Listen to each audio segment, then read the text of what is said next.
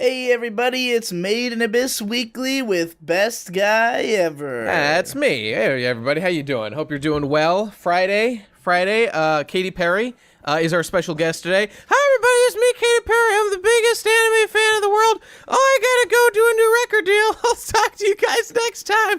Bye-bye. Oh, maybe she'll be back next week. That'd be a real treat. Okay. Let's get into it.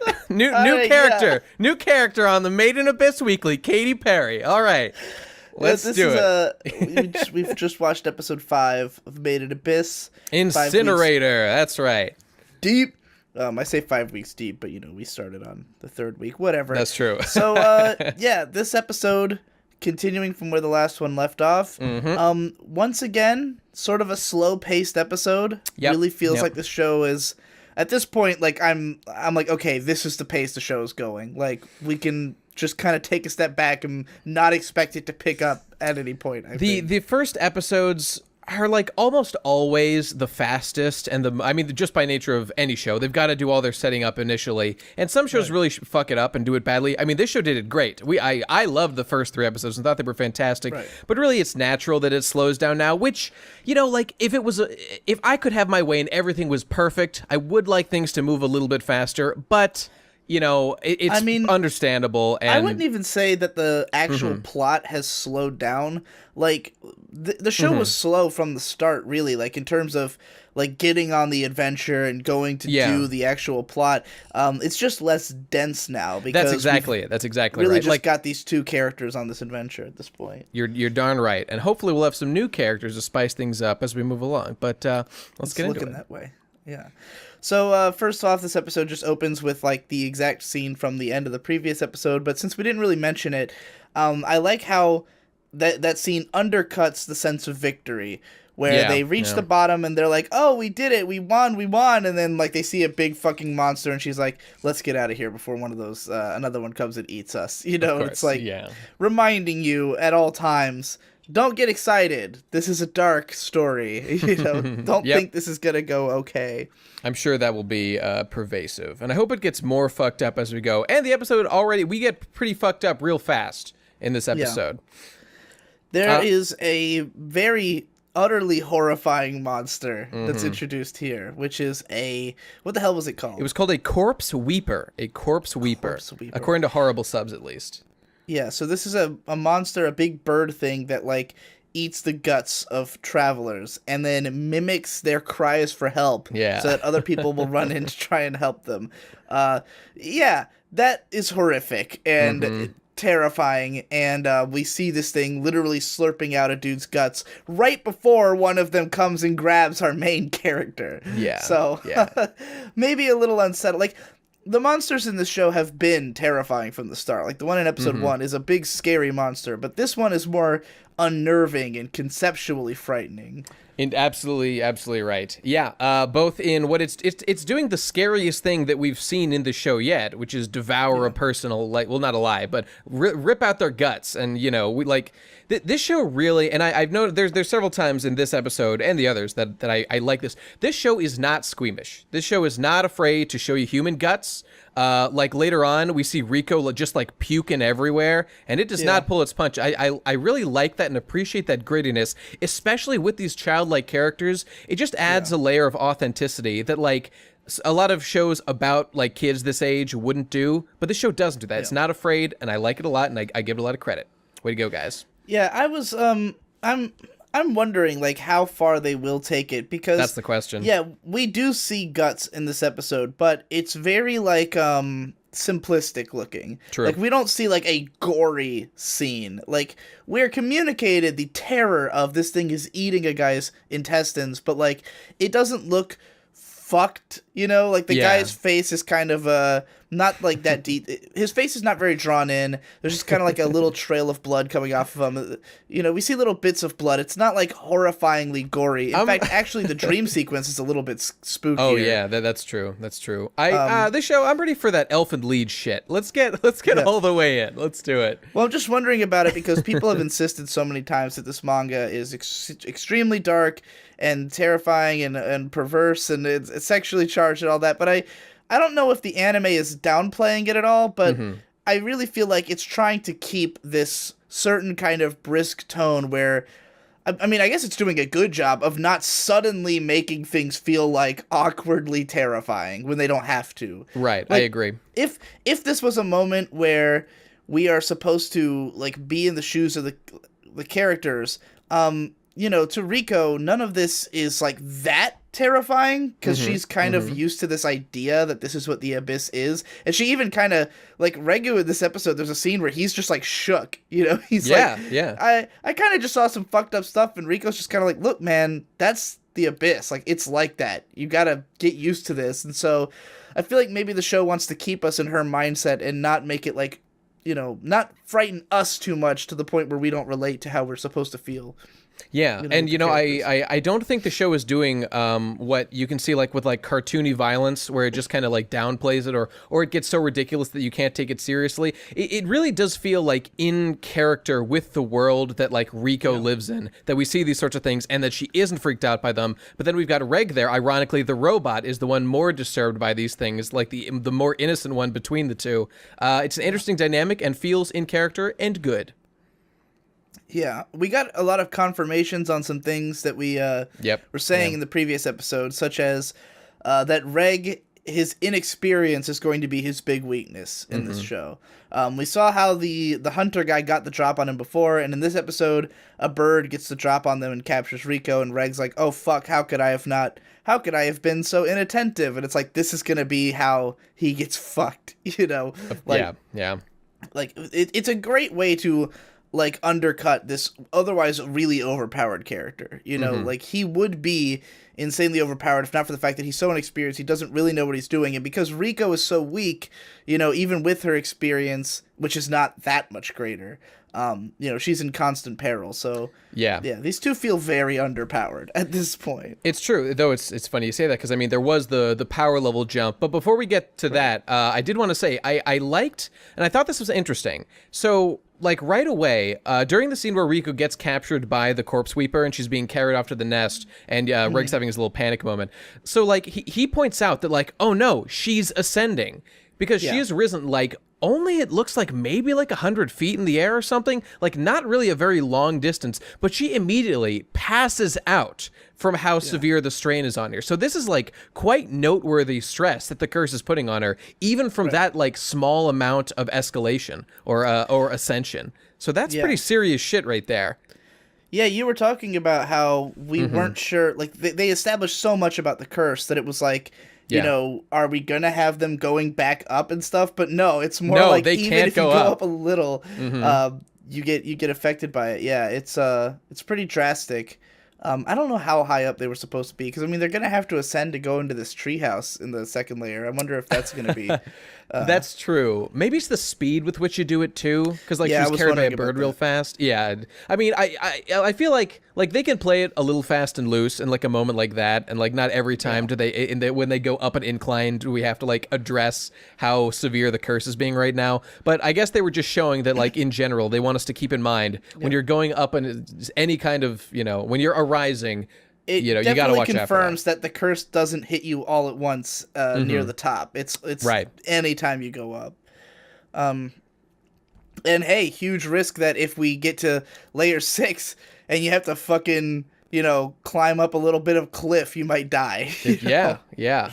But I really do like that because it's a very interesting just environmental hazard to have that forces your characters to continually progress toward their goal and just all this downward momentum. It's all this shit. I just feel the abyss sucking us down into its depths. I really like it. It's everything about this is cool.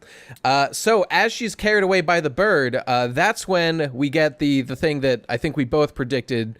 I mean, obviously, that Reg would unlock his incinerator power, as it gets titled. So he's now got access to his laser beam, which he promptly uses to save Rico from the bird people while causing massive damage all around and almost killing her. So this is some pretty serious shit. And this is so now that Reg has like knowingly, consciously unlocked this ability and doesn't immediately pass out. So now even this character who's already pretty overpowered where we're just like this is like I feel basically as high as his power level can go. And now there's going to be there was some reference to like, oh, you're going to be able to train it and like focus it better and you know, because right now it has properly. The biggest weakness is that he can't control it right, and he's real shook that he almost killed Rico because that blast was just too fucking big. So yeah. Exactly. So like he got lucky that she's not dead, and there's a good so he's gonna be really hesitant about using this power, obviously. Yeah. So even more so than the actual danger of the blast, what I think will get utilized is his fear of using the blast. Is I think what will affect the narrative more, because obviously if he shoots, he's not gonna fucking kill her in the middle of the story. I wonder if they'll pull like an Aang firebending kind of thing where he like uses it. Like in this case, he didn't hurt Rico at all, but maybe he will in the future, and then he'll be like, "No, I can't do it." Yeah, maybe he'll blast one of her arms off or something. Maybe. I feel like limbs are on the chopping block in this show. Like, yeah, maybe. I'm expecting some loss of limb. I'd bet against that, but except for Reg. I mean, because he's a robot, he can lose all his limbs, and they'll fix him up or something. That's on the table. But I wonder if. Shit, I totally lost my train of thought. No matter. Let's move on. So also, he didn't pass out immediately, but he does eventually pass out. So that is still right. A weakness. Oh, yeah. So they're putting that like limitation on it, where it still is extremely taxing, and that's always going to be. I feel like this is what I was going to say. I feel like so Reg has we like understand now Reg's like highest level power level ability, and we understand that there's some like drawbacks with it, and I'm going to be personally watching because I'm always on the eye out for this from consuming so much like shonen shit over the years and just anime in general, like how they manage the power level situation, because that power can obviously kill pretty much any monster that we've seen up to this point. So like they can't just like have him able to use that anytime. So if as the writer, he's probably going to use things like this emotional arc that he's got right now, like his development of control over it, and like I don't know, just I feel I'm worried that they'll take too long in like allowing him to use it properly, or they'll give him too many like emotional reservations against using it if they like. They pull an Aang in Avatar and have him like hurt her, and then he won't use it or something, because like that's the highest level thing we've got, and they gotta like keep that on the back burner just to keep the suspense up, to make it an interesting narrative. So I don't know, I'm going in this a little deeper than I expected to, but I'm just going to be on the lookout for how they manage that and how he uses it. Well, another interesting that happens with regards to Reg's power in this episode, which is our most useful power, the one that is like most consistently used, is him being able to shoot his arm out.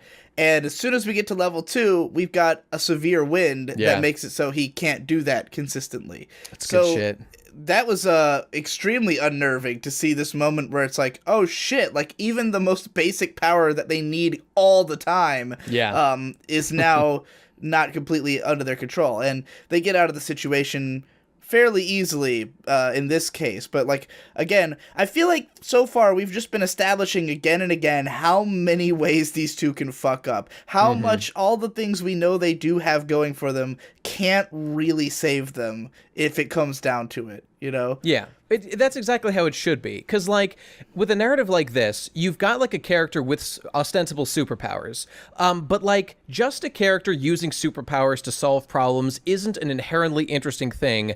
What is interesting is when we see characters presented with problems that they have to find, like, they have to use intelligence to overcome and get past. Right. And, like, those are the kind of challenge. And, like, you can have your superpowers on the table, but, like, I want to be able to put myself into a position where, okay, if I was here and I had these powers, what would I do to solve this problem? And as long as they keep doing things like that, they keep putting obstacles in the way, and our characters find ways around them. Obviously, we're still in like low-level shit, but I feel like with this series, and it really does remind me of One Piece a lot in the way they encounter obstacles like that as they go. I feel like it will continue to be interesting. Yeah. By the way, I just wanted to say I absolutely love. So we get all the way down through level 2 at the end of this. There's another cool musical montage, and we get to the end of level 2 or layer 2 or whatever it is, and the inverted forest, or what was the inverted forest. Just like it's just immediately one of these awesome environments that I absolutely love. It's an upside down fucking forest. There's a waterfall flowing up for some reason. This is basically what we've been waiting for. Ever since pretty much episode 1, like we've been wanting to see what's below our surface layer. Like layer 1 is beautiful, but it is just like a forest, you know.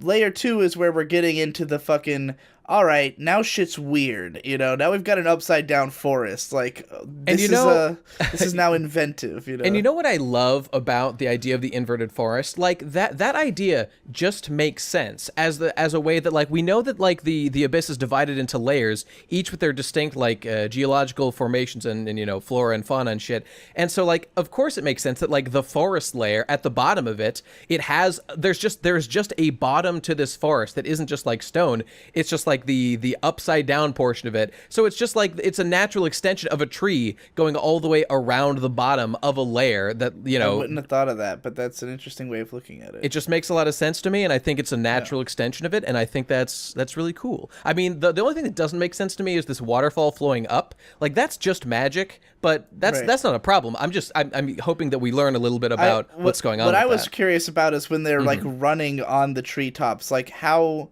are they just like super petrified, or they are we don't just seem meant to worried use our about imagination? it. Yeah, I don't know. I guess they're just fearless. Well, I'm just imagining like running on an upside down tree. It would be a bunch of branches, not like a surface. Oh yeah. But I mean, if it's a super petrified tree, I could see it. I didn't think about it. I don't know. Yeah. Well. To comment a little bit about some of the more technical stuff on this episode. Sure. Like, there's, first of all, shitloads of Foley art in this. Like, tons and tons of sound effects, and I thought that was really, like, when they're in the forest, you just hear, like, this cacophony of insects and birds in the distance and stuff. Sounds like they're in a fucking jungle. Yeah. And then there's a moment where it kind of, like, mixes with the soundtrack, where there's, like, this TikTok kind of song that comes in when they're hearing the guy calling for help. And at first I wasn't even sure if that was like a sound that was in the show or if it was the OST, and it was just getting me like, what am I hearing? Like, what's this mysterious shit? TikTok. And it was weird to hear like a Kesha cameo in the episode, but it was still pretty good. It was still what is it with bad. you on like, you're on like a late 2000s pop star thing. I don't know, now. man. Hey, Kesha's still relevant, dude. Don't disrespect her. All right, go on. And then we had I just wrote down God OST. There's so many fucking amazing songs in this. It's like I listen to a lot of ASMR, and I just enjoy watching this show just as like a visceral experience and just feeling all the like the sound effects. I said every time you were just talking about it. It feels so rich and good, and like even the part where it's just the montage of them traveling down. Honestly, those might be my favorite parts of the whole episode. When it's just them, just like working on their goal. There's this beautiful music. This piano's playing. It's relaxing. We see them moving downward, working as a team. God, it's great. Yeah. Everything about this feels great. The part where he uses where he becomes like a zip line. The two arms thing. Yes, that was my favorite part of the whole fucking episode. That's probably it was mine great. Too. I was like, that's a new creative way to use your arms, dude. Yes, way to go. Loved it. I will say, though, that I thought this episode had a bit of an animation downgrade. Yeah, I feel like maybe that started last episode because it hasn't been as strong as the early ones, which were just fucking crazy. Like, episode 1 is just an insane amount of great animation. It's just literally a Ghibli show.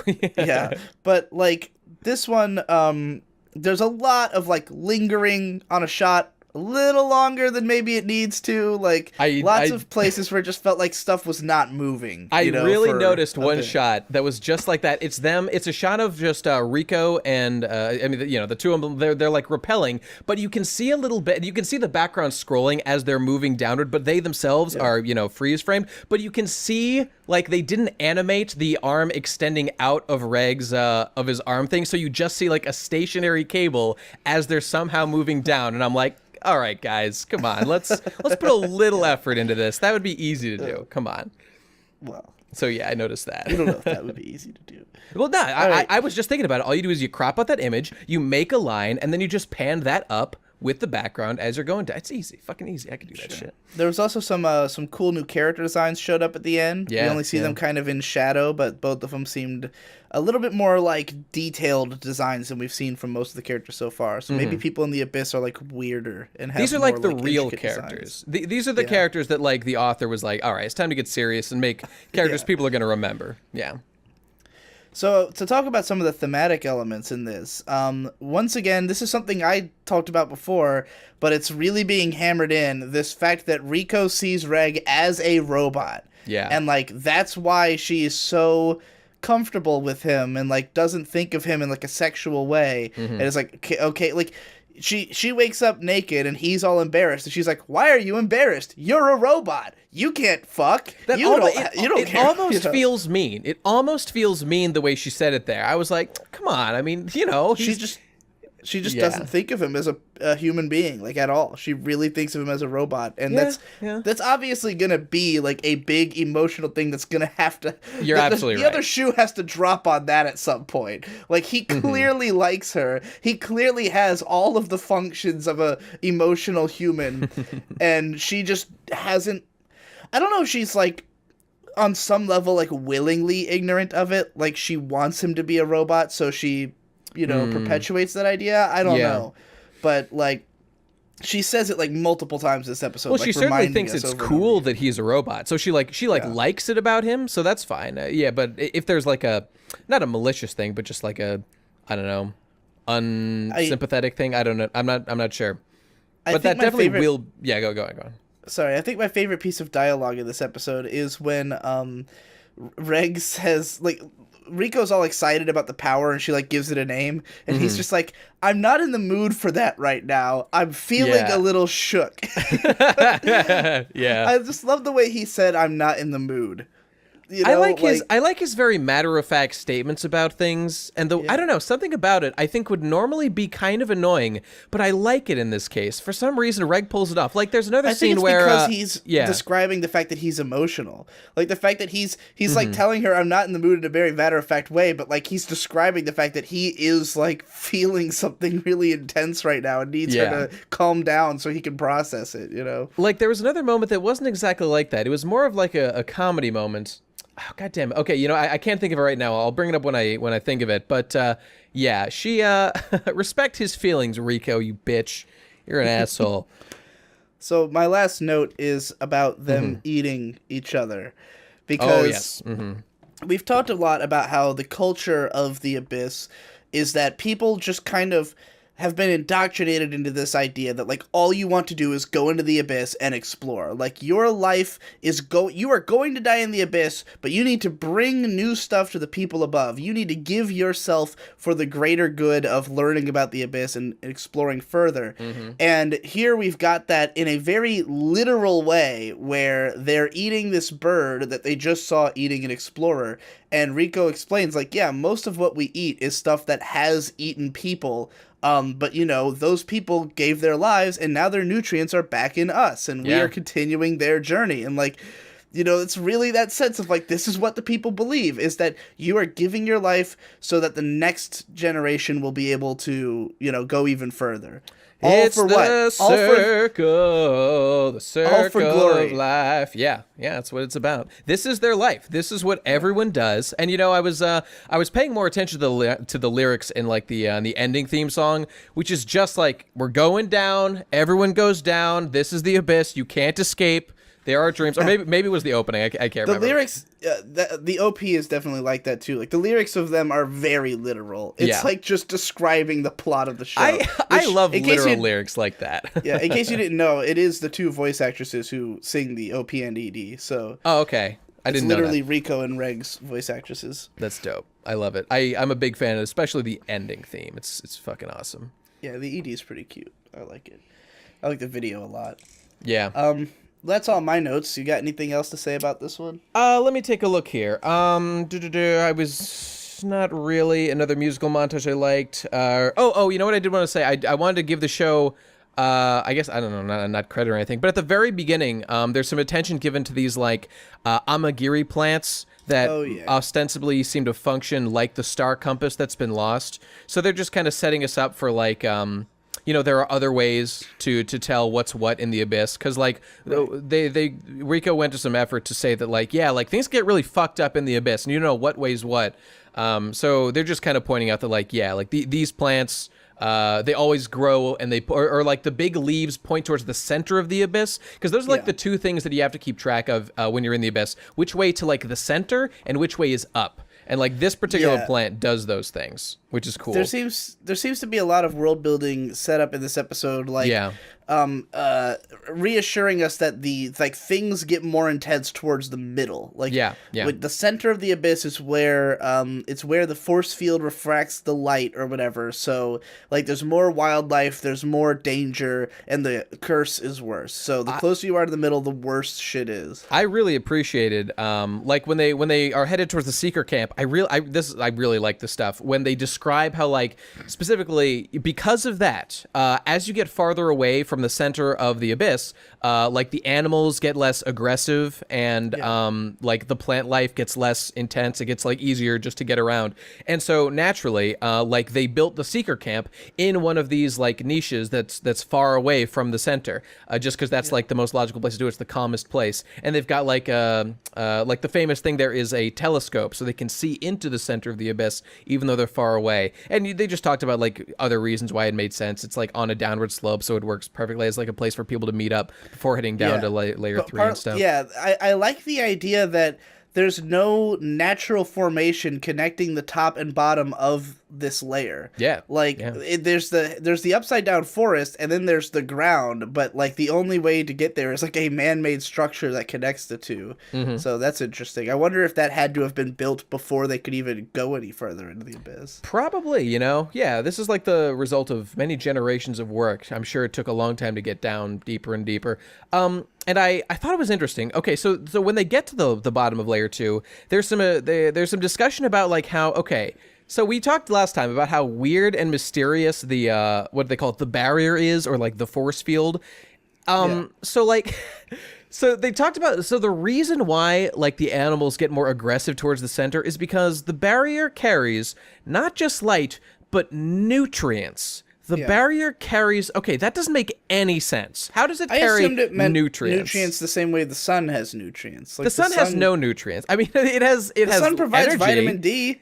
You get vitamin D just from Your standing body in the sun. synthesizes vitamin D from within itself because it uses sunlight to do that. I mean, if it just wants to say that it has the properties of sunlight and creatures like that, I'm totally on board. The way it was phrased was like the barrier carries nutrients. Like there's vitamins in the beams or in the thing. Okay, if that's not what it meant, that's fine. That's not a big deal. It could be what it meant. I don't know. I don't fucking know. But they said that like, what else I was also like wondering about. So like they said that like here at the bottom of layer 2, like light was thinner, so like it was colder, and so Rico had to like put on this cloak or whatever. Oh, and they talked about how they had like packed winter gear, which obviously we're going to see like a cold weather climate in the future. Oh, yeah. That's good. We know for a fact that like layer 5 or 6 is the fucking frost layer. So. Oh yeah, that's right. You're right. Okay, so it's only obvious that they'd have to pack that kind of shit. I like that. That's good. And obviously they're saving the reveal of the winter clothes for then. That's gonna be it's gonna be fun.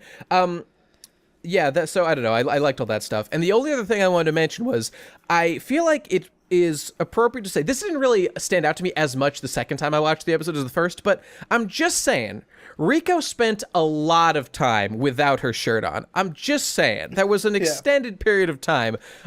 Feels deliberate to me. And this isn't the first time that she's just been naked for basically...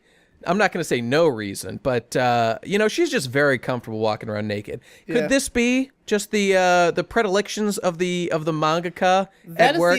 I mean, if you listen to people talk about this manga, almost everyone's... The people who want to, have a more memey opinion of it are constantly saying that it's basically a bunch of pedophilia and torture porn. Whatever. I am down. I'm definitely making that the thumbnail of the video. The shot of her standing in front of the burning trees. With the Oh, God. It's such a good shot. I collected a bunch of actually good shots. Actually, that is a great shot. That's like the most memorable shot. The devastation behind her and shit. All right, but we get flagged for pedophilia, and we both get attacked from. Send me what you got, when they dispatch drones from HQ of YouTube, and we both get our asses obliterated from the face of the earth.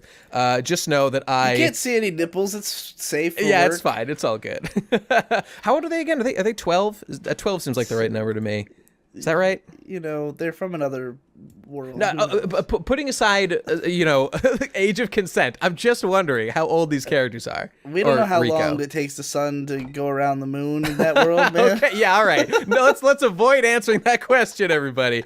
All right, that's all I've got. I'm all set. But I will say that I'm very excited. Oh, I didn't even say, we met at the end. Ozen is on the scene. The immovable Ozen. We're already there. You were right that the camp was closer than I thought. She's already here. This is obviously going to be an important character. She has been described as like the most physically powerful human like in the world. Yeah. I'm just saying that this all sounds pretty dope, and I'm really excited to meet her and the blue girl. They both seem pretty cool. Let's do it, folks. Next week. Yep. All right. See you then. Bye-bye.